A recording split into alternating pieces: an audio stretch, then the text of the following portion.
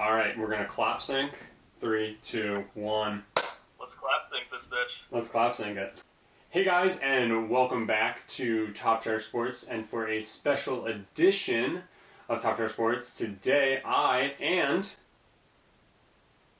Brett will be breaking down the MLB trade deadline, breaking down all the moves that happened a few days beforehand, and then on the deadline itself. So without further ado, Brett, let's get into it. Yes. So I went ahead and I broke these deals down into low tier moves, middle, high, and then get them before they go out of business, blockbusters. So here we go. Starting off with my Cardinals, the only two moves they made, and impeccable moves, I must say, because they're low tier moves. Let's talk about it. They trade for Zach Roskup, and from the Dodgers, and these are two separate moves because they then later on traded Jed Jerko, who is out until September.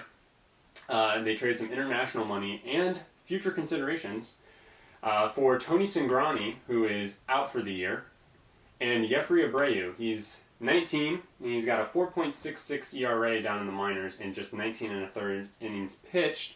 So I have to say, as a Cardinals fan, very disappointed with this deadline, especially because this is a team that's in first place. They have a beautiful chance to make the playoffs. They just need to add something, right, Brett? Yeah. And yeah, I mean, I like Cingrani, but the fact that he's out for this season doesn't help at all. He's a free agent next year too, so he's gone. That was just simply money moving, really. So yeah. Terrible move there. Speaking of the Dodgers, they trade for Christopher Negron, who in 34 at-bats has a 265 average, from the Mariners, for Daniel Castro, and Brett, you can see right there, I put his stats for the year, awful. That's it. That's all there is to it. Yes, that is all I'm seeing is awfulness. Yeah. Negron is a utility player, as is Castro. Negron's older, more MLB experience. Makes sense for the Dodgers to make this move. It's a depth move, as most of these lower tier moves are. So on to Pirates. Jordan Lyles goes to the Brewers for Cody Ponce. 44 strikeouts, 12 walks down in the minors. I like that. 3.38 ERA down in AA. How do you feel about this move? Sure. I really like this move. I'm shocked that the Pirates were even able to get anything for Jordan Lyles. He's been pretty terrible since the end of May there. And this Cody Ponce guy seems like he could help out in the future. Who knows? Pretty decent numbers in AA, so we'll see. Yeah, absolutely. Like you said, this is them getting something for nothing, pretty much. So yeah, at this point, exactly. You'll take anything for Jordan Lyles, and they got something. So that's what matters. Couple of depth moves. Rocky Gale gets traded from the Dodgers to the Rays. It's an unknown return. Honestly, it could be nothing. Jimmy Hran goes from the Cubs to the Rockies in exchange for cash. Marcos Diplan, he's 22 with a 4.99 ERA down in AA. Moves from the Brewers to the Twins in a cash exchange. Jacob Lopez, 21 with a 3.02 ERA in 41 and 2/3 innings pitched in low A, is traded to the Rays for Joe McCarthy, not the manager, the player. He's batting 192 down in AAA, and he gets moved to the Giants. So again, a lot of these moves are just depth moves. Honestly, that move is a nothing move. It's simply just the only reason we're including it is because it happened right before the deadline. So it's technically a deadline move, though don't expect anything to come out of it. Now this one is one that actually has a player that most people will recognize, but it's still a low-tier move for one big reason. Nate Jones is traded along with cash and future considerations to the Rangers for Joseph Jarneski and Ray Castro. Brett, do you want to give a little bit about this trade? Yeah, sure. So we'll have to wait and see what the future considerations are. But I do like this move for the White Sox, who are having a better year than I think anybody really expected. The fact that Nate Jones is out for the year doesn't help the Rangers at all this year, but obviously it'll help them out next year. But ultimately, these are two teams. I mean, that neither will make the playoffs most likely, but I think it could turn into a win-win. Absolutely, I agree with that. On to some other moves. Dan Straley goes to the Phillies for cash. Now, this is very, very clearly a depth move. This is just the Phillies trying to make sure that they have arms down the run, because Dan Straley is pitching to a god-awful 9.82 ERA this year. So, definitely a depth move, because again, this is the last day for trades. No trades can happen after this, so it's teams kind of looking ahead for a just-in-case move. Tony Kemp gets traded to the Cubs for Martin Maldonado. Maldonado was traded earlier in the month for Mike Montgomery, so that was a good move for the Cubs because Montgomery wasn't pitching really well. Contreras was on the IL, and Maldonado became expendable, so they traded him to the Astros and ended up getting Tony Kemp out of Mike Montgomery. So that's actually pretty good in my opinion. Kemp is wheeling and dealing there for the Cubbies. Exactly. Kemp is batting .223 on the year with 7 home runs. Maldonado, .217, 6 home runs. So this is just a case of, hey, we needed a catcher. Hey, we could use a utility guy. Even swap pretty much. That, then, Brett, made somebody expendable for the Astros. You want to talk about the Max Stassi deal? Sure. Max Stassi went to the Angels. Raider Uceta, who is 18 and had a .278 average, and Rainier Rivas, who's also 18 and has a .342 average, go to the Astros in exchange for Max Stassi, who has a negative .6 WAR this year. So really, the Astros, they, like you said, have a player who became expendable, and I mean, solid batting averages for these two young 18-year-olds. Absolutely. Turn into something good. Nice little move for them.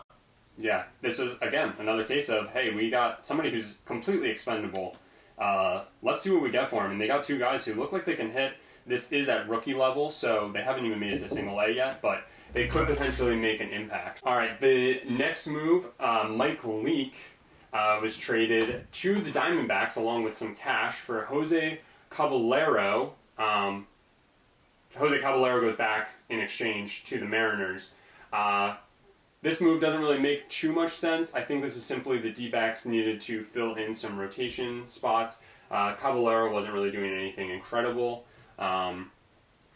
So I think it was simply they needed to fill in their rotation for a move that we'll talk about in a little bit. Brett, do you have anything to add about that? Mike Leake, I mean, he's an innings eater. Yeah, Mike Leake's a seasoned veteran. Could definitely eat some innings for the D-backs. Just a solid. He's always been just a solid arm. But yeah, like you mentioned, it kind of just seems like it's just kind of a weird trade for both teams. Just Absolutely. Kind of 2 average players just swapping teams. Yeah, a bit questionable, but we'll see if Caballero turns into anything. Good on the Mariners for getting something from Mike Leake, you know? Sure.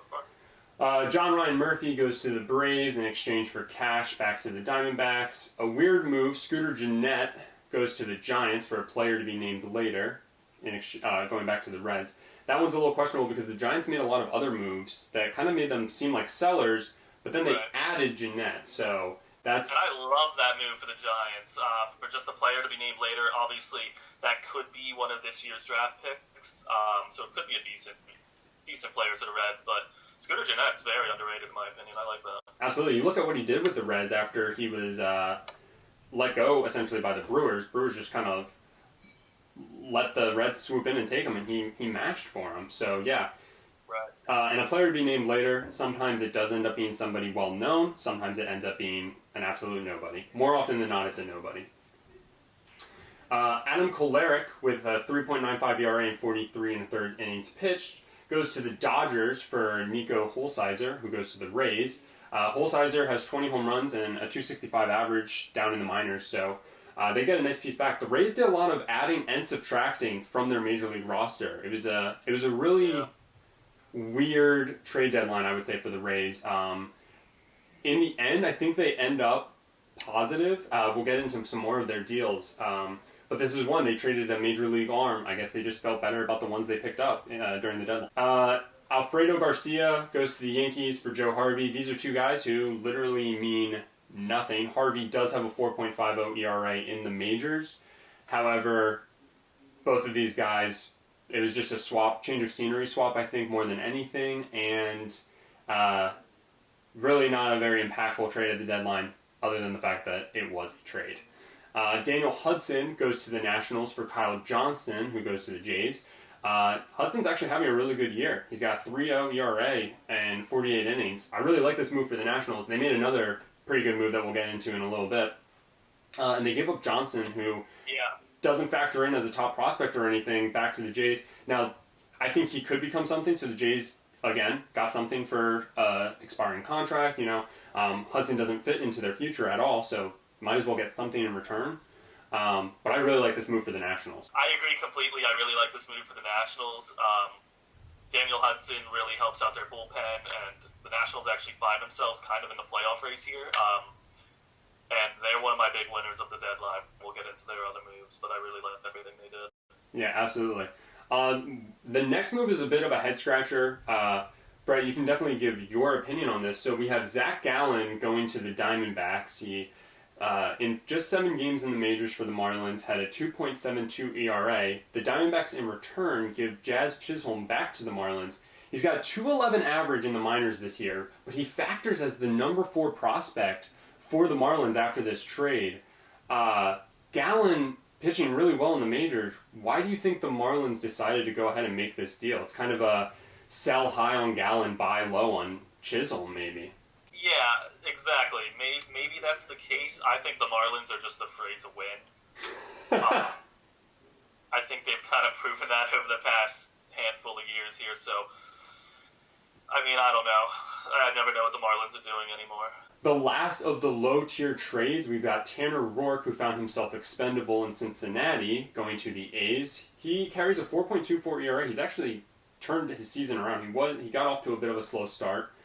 In return, the Reds received Jamison Hanna. He's batting 283 in high A ball, and he factors in as their number 10 prospect. So I actually really like that trade for the Reds. Yeah, I do as well. Good move for them. All right, let's move on to some of these middle-tier trades. We've got Jason Vargas heading to the Phillies for Austin Bossart. Now, this one, I really like this trade for a number of reasons, for the Phillies, actually. So Vargas on the year is 6-5 with a 4.01 ERA and a 4.70 FIP. So he's pitching a little above what he should be, and a 4.01 ERA is by no means great. But the Phillies do need some rotation help, and Bossart is a 25-year-old who's batting 195 in the minors. He's expendable. He's a catcher. As long as they re-sign Realmuto and this guy becomes nothing, who cares at this point? So I really like this move for the Phillies. They do well to not give up hardly anything for a guy who's pitching a lot better than he should, albeit, but should be able to help them down the run. Yeah, the Phillies have really had a lot of injuries in that rotation. So good on them adding a veteran starter here and not having to pitch Drew Smiley anymore, which is terrifying for them. So Absolutely. Relief pitcher Chris Martin, 3.08 ERA in 38 innings, goes to the Braves. In return, the Braves send Colby Allard to the Rangers. Allard factors as their number 16 prospect. He is just 21. I do like that trade for the Rangers. Really like that trade for the Braves, who did a great job of improving their bullpen, sending some of these young arms that they've had for a couple of years now who, this guy's a top prospect, this guy's a top prospect, but they weren't getting it done at the major league level quite yet, so you know what? Let's go all in right now. Let's improve our bullpen. They did a really good job. We'll get into some more of their deals. David Phelps goes to the Cubs. 3.57 ERA and 17 2/3 innings for him. In return, they send Thomas Hatch to the Blue Jays. Again, Phelps, this is a guy who should be able to help the Cubs bullpen. However, a little bit of a lackluster season for him so far. We've seen better from him. We've seen lower ERA. We've seen more innings at this point in the season for him. Hopefully for the Cubs, he can help them, but hopefully for the Cardinals, he sucks. So, Brett, do you want to talk about the next move between the Giants and the Brewers? Sure.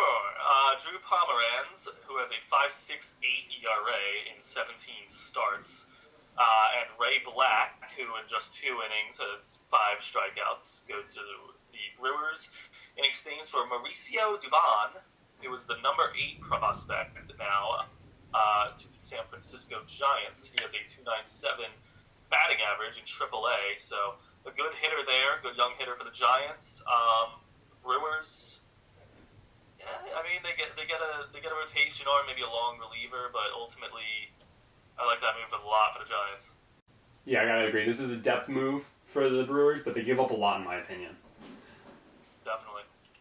Next trade, Nick Anderson and Trevor Richards are traded to the Rays in exchange for Jesus Sanchez and Ryan Stanek to the Marlins. Stanek, most of you may know, he is the opener for the Rays. So he has 27 games started, and he's pitched in 41 games this year. So it's a bit of an anomaly, if you will. 55 and 2/3 innings for him, and a 3.40 ERA. Marlins get back a good pitcher.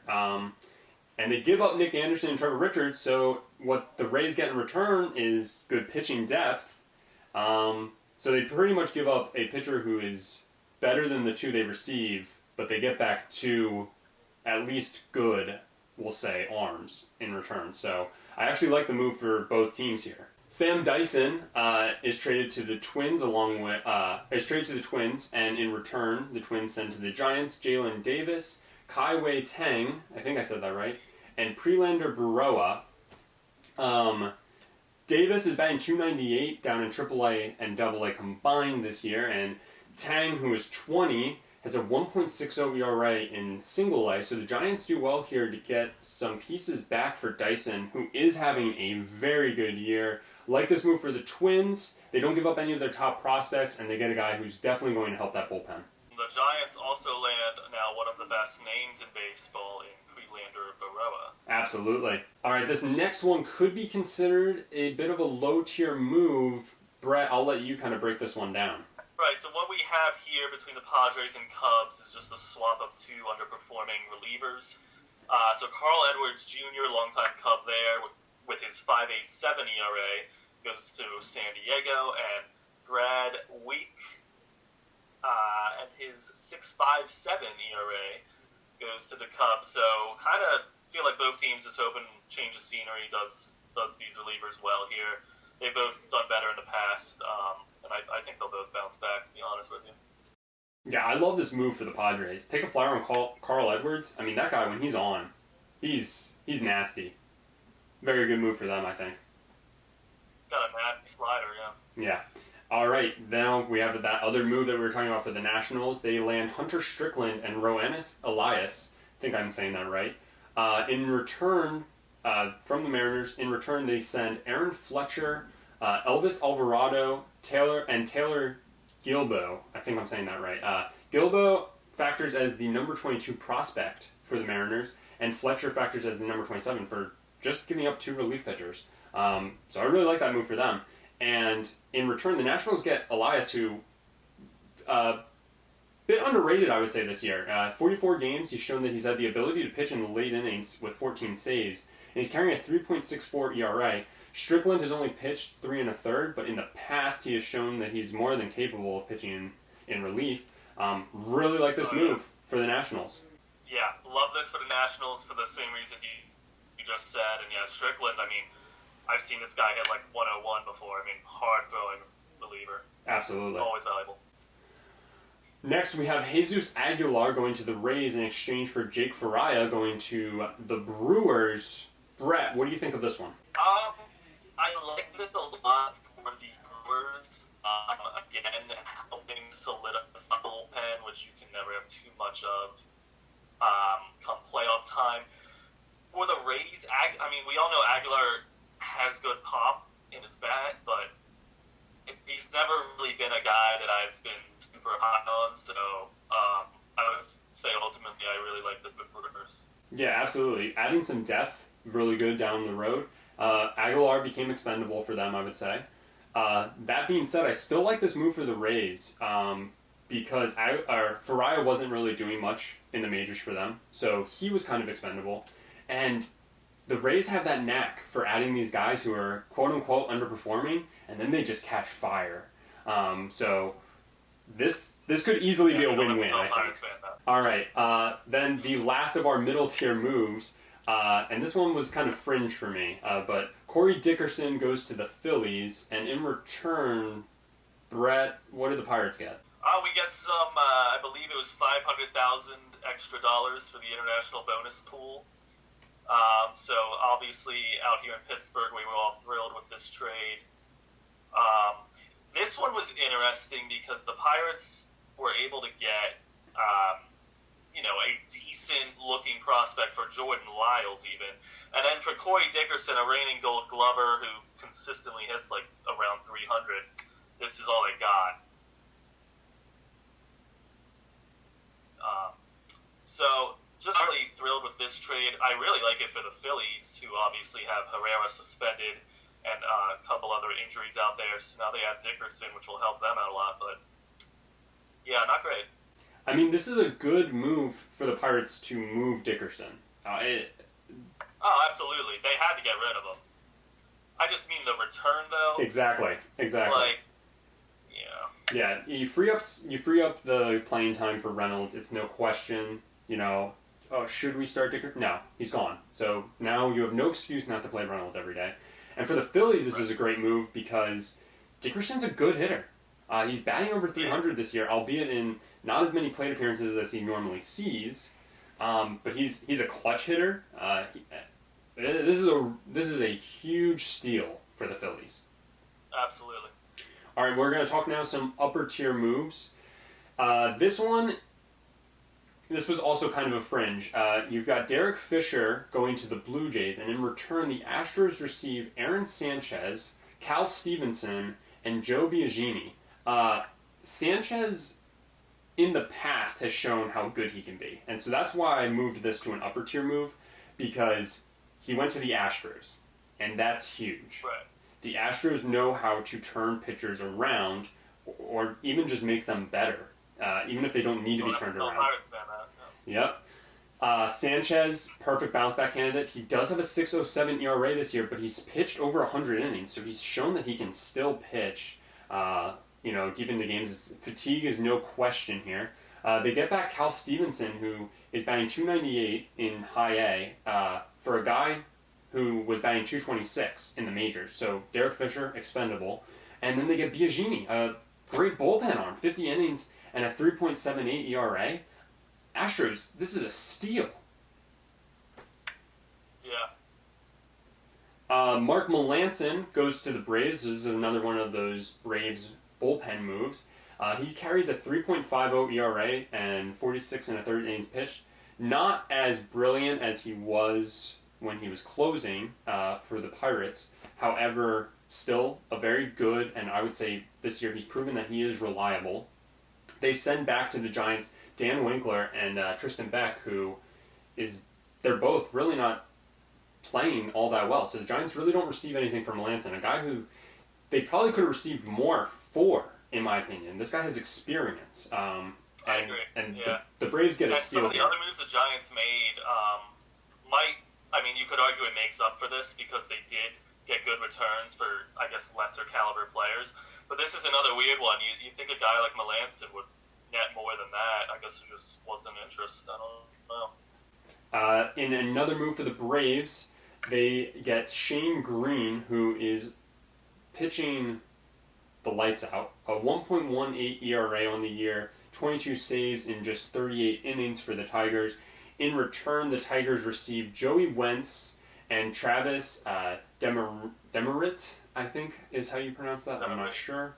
Demerit batting .286 in AAA, so I like that for the Tigers. And then Wentz, he does have a 4.72 ERA in the minors this year. However, he does factor as the number 10 prospect for the Tigers now. So they kind of shore up that farm, and they trade Shane Green. This guy is, I would say he's past his prime. He's pitching like he's in it. He's going to be on a team-friendly contract for the Braves now for quite some time. I believe he's still arbitration eligible, if not contract renewable. So good on the Braves here. They do give up Wentz, but other than that, they really don't have to. They don't really have to give up all that much to get this guy who this year is pitching like a lockdown closer. Yeah, Braves and Nationals, in my opinion, at this deadline, both really were winners. Really went for it. Both made great moves to shore up their bullpen. Whereas the Phillies, who kind of funny how this offseason seemed to be the team going for it at this deadline, kind of was like, I don't know. they seem to just kind of sit back. So I think the NL East is going to be an interesting division here as we wind down the season. Yeah, we're looking at a 3-team race here, I think, towards the end, and that should be fun. Absolutely. Do you want to go ahead and talk about this last high-tier trade?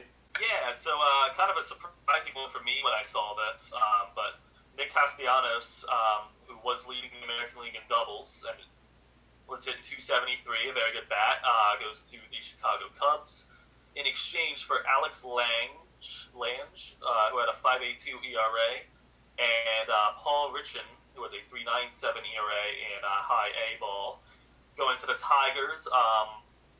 So Lange and Richan factor as the 29th and 19th best prospects for the Tigers now, whereas Castellanos obviously will fit right into that Cubs lineup and really help them provide some offense there. So this is a win-now move for the Cubs, and for the Tigers, they get rid of a guy that, they probably should have. So probably not the best return they could have gotten, but it's not awful.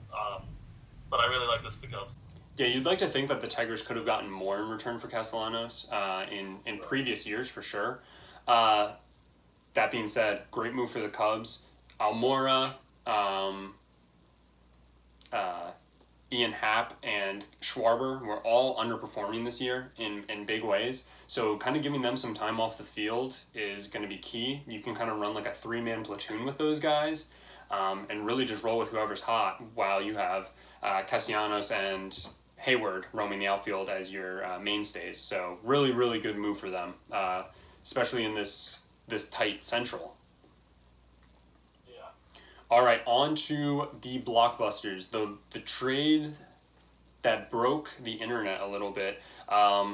Brett, which one do you want to start with here? We've got 2 of them. Well, I think we should start with probably the 4-team one here. The 3-team. Yeah, 3-team? Okay. So the Cincinnati Reds, the Cleveland Indians, and the San Diego Padres worked out a 3-team trade. So to the Reds goes Trevor Bauer, 3.79 ERA. Kind of a surprising move for the Indians to give him up, considering they're still in contention, but we'll get into that. Franmil Reyes, who has a 255 average and 27 bombs this year. Logan Allen, who factors in now as the number 3 prospect for the Indians. Victor Nova, who has a 344 batting average in the minors this year. Scott Moss, who factors as the 17th best prospect for the Indians now. And Yasiel Puig, who had 22 home runs and a 253 average. All of that I just named is going to the Cleveland Indians in what is an incredible haul for them. Really, honestly, a steal in my mind. Puig is suspended for 5 games now, so that part sucks. And then to the Padres, as they give up Franmil, they get Taylor Trammell, who is their number 3 best prospect now for the Padres. So Spencer, were you surprised the Padres were willing to give up Franmil and the Indians willing to give up Bauer? Yeah, what I found weird was Trevor Bauer going to the Reds more than anything. He hasn't really been pitching all that great, or at least not up to Trevor Bauer standards. And Bieber and Kluber is going to be back soon, so the Indians, I guess, saw him as expendable, and they do a little addition by subtraction by adding Franmil and Puig to that major league roster, 2 guys who definitely are going to help them out in that outfield. Definitely are going to make an offensive impact for them. Definitely like those 2 going to the Indians. And then the whole Trammell throw-in, I don't really see why the Padres were so eager to give up what they did just to get Trammell in return. It seems like they do a huge favor here, helping Bauer go to the Reds, and all they get back is, what, Billy Hamilton 2.0, essentially? Right. Yeah, I agree. The Trevor Bauer thing seems to me, especially with what the Reds gave up, like they think they're in win-now mode. Which just, when you look at the division and the state of that team right now, it just doesn't make any sense to me. So I agree, that was very confusing, from my end at least.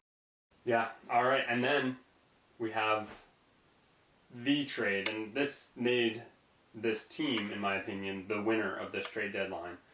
The Astros go out and get Zach Greinke. And this isn't above 4 ERA Zach Greinke from last year. This is 2.90 ERA. This is returned to form vintage Zach Greinke. Going to the Astros for Corbin Martin, who factors now as the Diamondbacks' number 13 prospect, J.B. Bukauskas, who factors as their number 12, Joshua Rojas, and Seth Beer, who factors as their number 4. Beer is batting .309 with 25 home runs. This could be the heir to the empty throne that was left by Paul Goldschmidt at first base there for the Diamondbacks.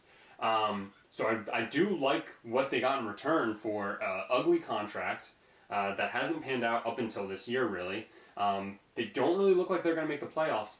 And in return, the Astros, on the other end of this, they get Zach Greinke. I mean, yeah. You see what they did with Garrett Cole. You see what they did with Charlie Morton. You see what they do with these pitchers. For those 2 examples, that was very kind. I'm sorry. But Dallas Keuchel was the Cy Young pitcher he was because of the Astros and what they do with pitchers. You look at Justin Verlander, his career, it's over. Sure, let's just ship him off to Houston. Boom. He's the best pitcher in baseball, if not the best.